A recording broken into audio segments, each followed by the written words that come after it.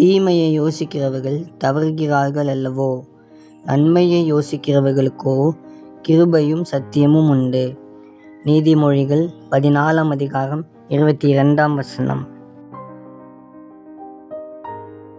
மனிதர்களுடைய சிந்தனை சரியானதாக இல்லை என்றால் அது அவர்களுடைய முழு வாழ்க்கையையும் பாதிக்கும்.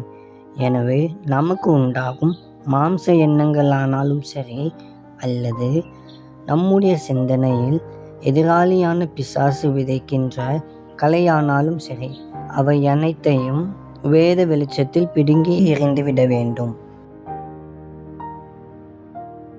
அன்பின் பரலோக தகப்பனே, சேனைகளின் பரிசுத்தராகிய கர்த்தாவே, உம்மை போற்றி துதிக்கிறோம்.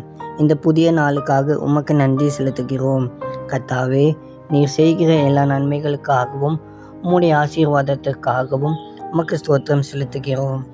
ஆண்டவரே, எங்களுடைய எண்ணங்களையும் சிந்தனைகளையும் ஒருமுகப்படுத்தி உம்முடைய சமூகத்திற்கு நேராக கொண்டு வருகிறோம்.